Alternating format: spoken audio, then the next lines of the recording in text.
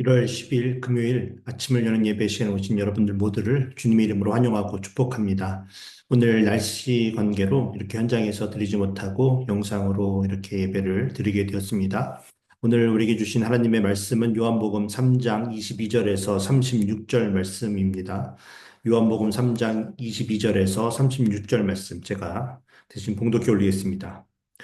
그 후에 예수께서 제자들과 유대 땅으로 가서 거기 함께 유하시며 세례를 베푸시더라.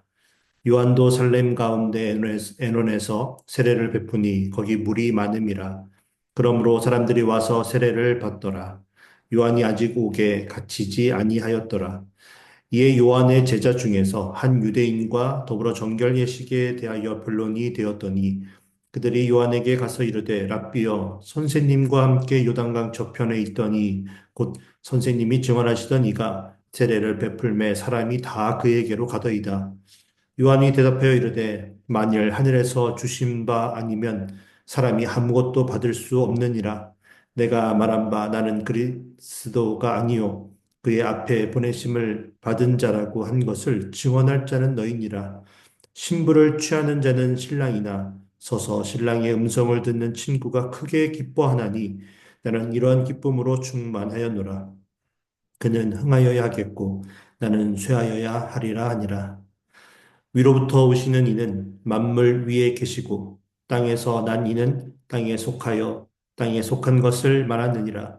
하늘로부터 오시는 이는 만물 위에 계시나니 그는 친히 보고 들은 것을 증언하되 그의 증언을 받는 자가 없도다. 그의 증언을 받는 자는 하나님의 참되시다는 것을 인쳤느니라. 하나님이 보내신 이는 하나님의 말씀을 하나니 이는 하나님의 성령을 한량없이 주심이니라. 아버지께서 아들을 사랑하사 만물을 다 그의 손에 주셨으니 아들을 믿는 자에게는 영생이 있고 아들에게 순종하지 아니하는 자는 영생을 보지 못하고 도리어 하나님의 진노가 그 위에 머물러 있느니라. 아멘. 이는 살아계신 하나님의 말씀입니다. 오늘 말씀을 우리에게 허락하셨는데요. 이 귀한 말씀을 통해서 우리의 삶과 사역 가운데 진정한 주인공이 누구인지를 우리가 좀 한번 살펴보기를 원합니다. 여전히 우리가 사람들을 의식하고 또 세상적인 그 성공을 위해서 우리의 삶 가운데 정말로 주연을 맡고 계셔야 되는 우리 주님이 우리에게 밀쳐내어지고 우리 스스로를 그냥 높이기에 우리가 힘쓰는 그러한 어리석은 모습이 우리에게 있는지를 오늘 말씀을 통해서 함께 좀 살펴보기를 원합니다. 오늘 본문을 보니까 세례 요한의 제자들이 잔뜩 화가 나 있습니다. 26절 제가 다시 한번 읽어보겠습니다. 그들이 요한에게 가서 이르되 랍비여 선생님과 함께 요단강 저편에 있더니 곧 선생님이 증언하시던 이가 침례를 베풀매 사람이 다 그에게로 가더이다. 요한의 제자들이 지금 어떤 이유에서 지금 잔뜩 화가 나 있습니까? 선생님이신 요한이 세례를 베풀어 주었던 자가 요단강 저편에서 지금 침례를 베풀고 있는데 이곳에 있어야 할 사람들이 다 그에게로 지금 가 있는 것에 대해서 굉장히 못마땅해 하며 화를 내고 있습니다. 요한에게는 랍비여, 선생님이여 라는 호칭을 하며 그렇게 존경하는 마음을 내비치고 있는데 그에 반해서 예수님에 대해서는 이름도 언급하지 않으면서 자신들의 불만을 감정적으로 전부 그렇게 드러내고 있는 것입니다.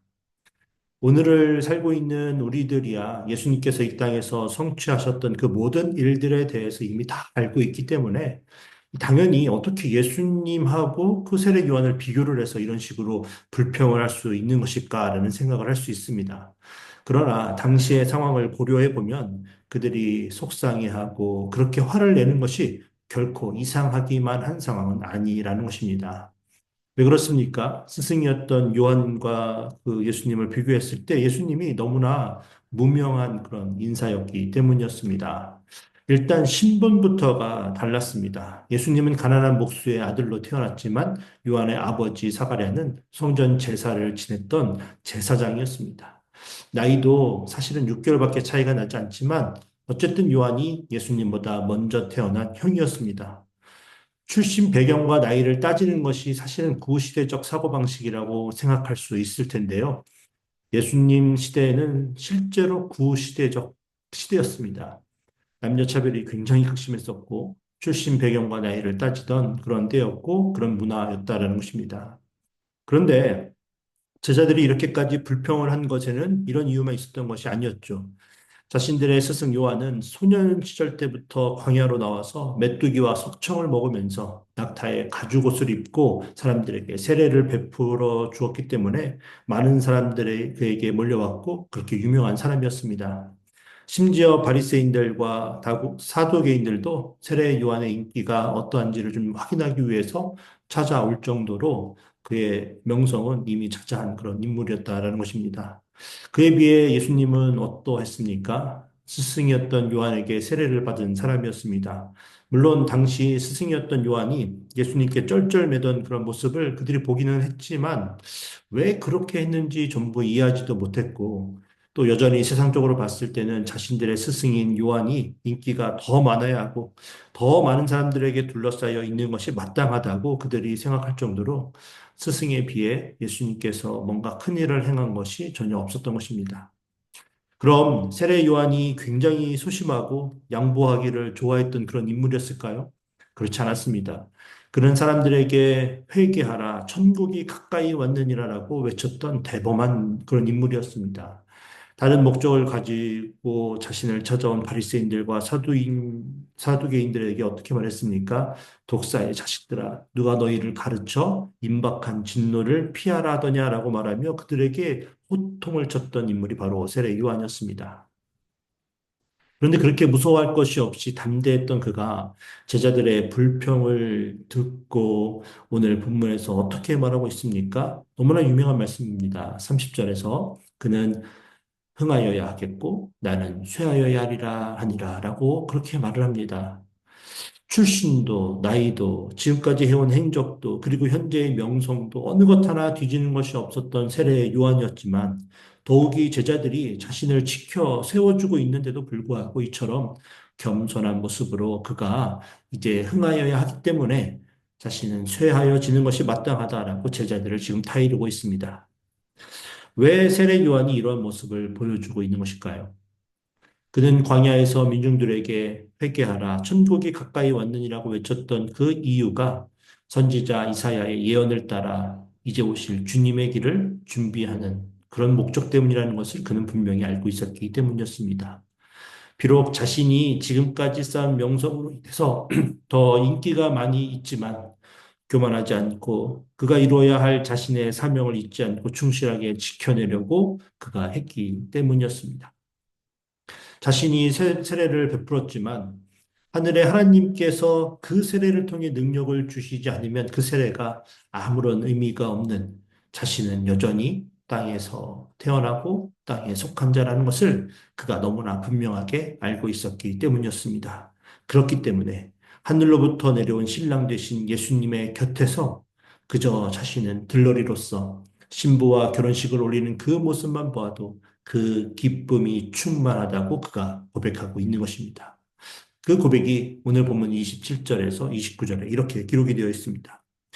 요한이 대답하여 이르되 만일 하늘에서 주신 바 아니면 사람이 아무것도 받을 수 없느니라.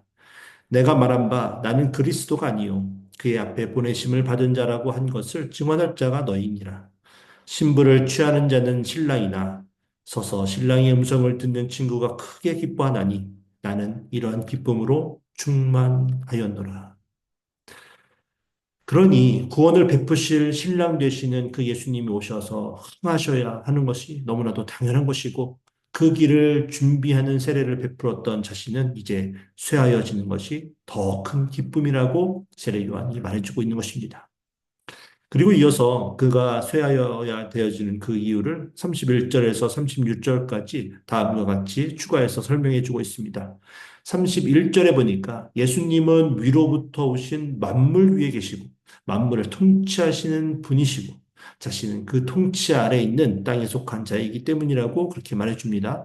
그리고 32절에서 34절을 보니까 하나님의 말씀 자체이신 그 예수님께서 친히 모든 것을 보시고 들으시고 가장 정확하게 참된 그 진리를 증언하고 계시니 반드시 그 말씀을 따라야 한다고 말해주고 있습니다.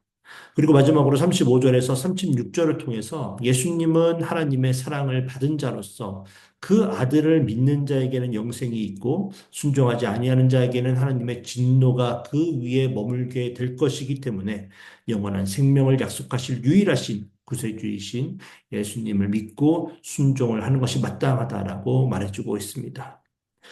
요한의 제자들은 여러 가지 이유로 예수님을 스승의 경쟁자로 생각을 하였고 예수님께 몰리는 사람들의 수가 늘어나는 것을 위기의식을 느끼면서 불평을 지금 토로하고 있는 것입니다.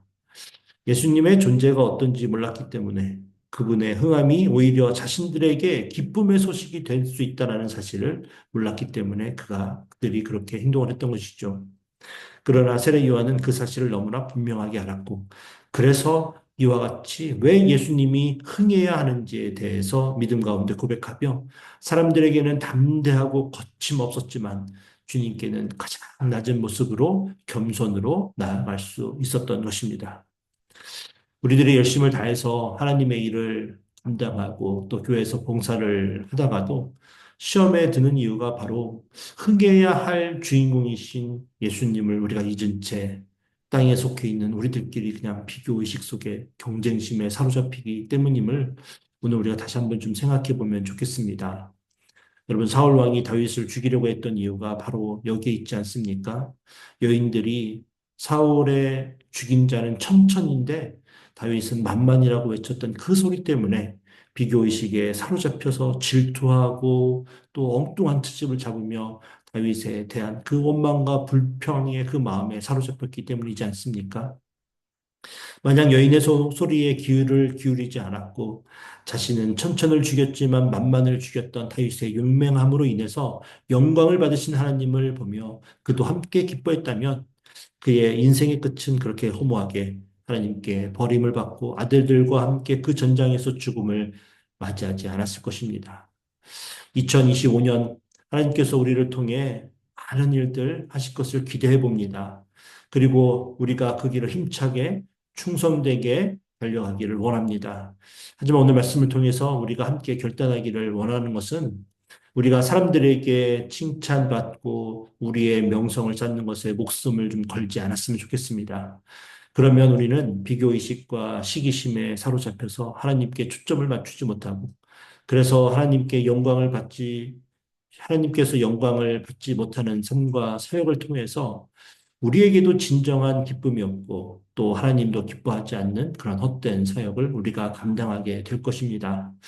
다른 사람들이 알아주기를 바라며 우리의 공로를 드러내려고 애쓰지 않고 다른 사람들에게 좋은 판단을 받기보다 하나님께 칭찬받는 삶과 사역을 감당하기 위해 애를 쓰는 저와 여러분 모두가 되어지길 주님의 이름으로 축복합니다. 고린도전서 4장 1절에서 5절의 말씀을 통해 사도 바울이 고린도 교회 성도들에게 전해 주었던 말씀 함께 읽어볼 텐데요. 우리도 이 말씀을 마음에 새기고 올해 한 해 우리의 삶과 사역 가운데 우리 스스로가 아닌 오직 주님이 주인공 되는 삶을 우리 모두가 살게 되길 주님의 이름으로 다시 한번 축복합니다. 고린도전서 4장 1절입니다. 사람이 마땅히 우리를 그리스도의 일꾼이요 하나님의 비밀을 맡은 자로 여길지어다. 그리고 맡은 자들에게 구할 것은 충성이니라. 너희에게나 다른 사람에게나 판단받는 것이 내게는 매우 작은 일이라. 나도 나를 판단하지 아니하노니 내가 자책할 아무것도 깨닫지 못하나 이로 말미암아 의롭다함을 얻지 못하노라. 다만 나를 심판하실 이는 주님이시니라. 그러므로 때가 이르기 전, 곧 주께서 오시기까지 아무것도 판단하지 말라. 그가 어둠에 감춘 것들을 드러내고 마음의 뜻을 나타내시리니 그때에 각 사람에게 하나님으로부터 칭찬이 있으리라. 아멘. 우리 함께 기도하겠습니다.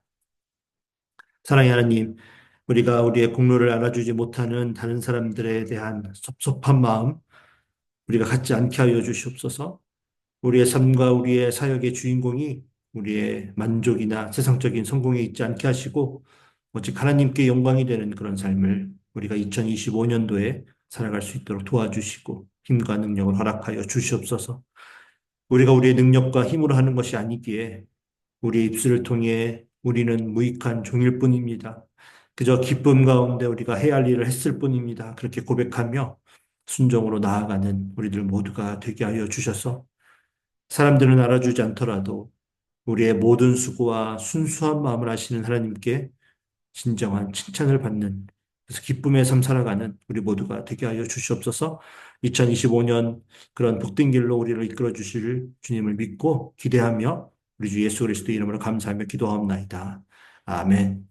우리 이제 말씀을 생각하며 오직 하나님만을 바라보며 2025년도 오직 주님만 향하고 우리는 쇠하여지는 오직 하나님께 영광이 되는 삶과 사역을 우리가 살겠습니다. 다짐하는 우리 기도를 함께 드리기를 원합니다.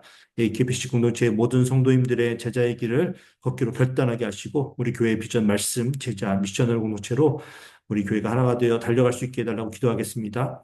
이번에 임직 받으신 모든 분들 우리가 기억하면서 오늘 말씀처럼 하나님이 주인공 되시는 그런 삶과 사역 마지막까지 감당할 수 있게 달라고 기도하길 원합니다.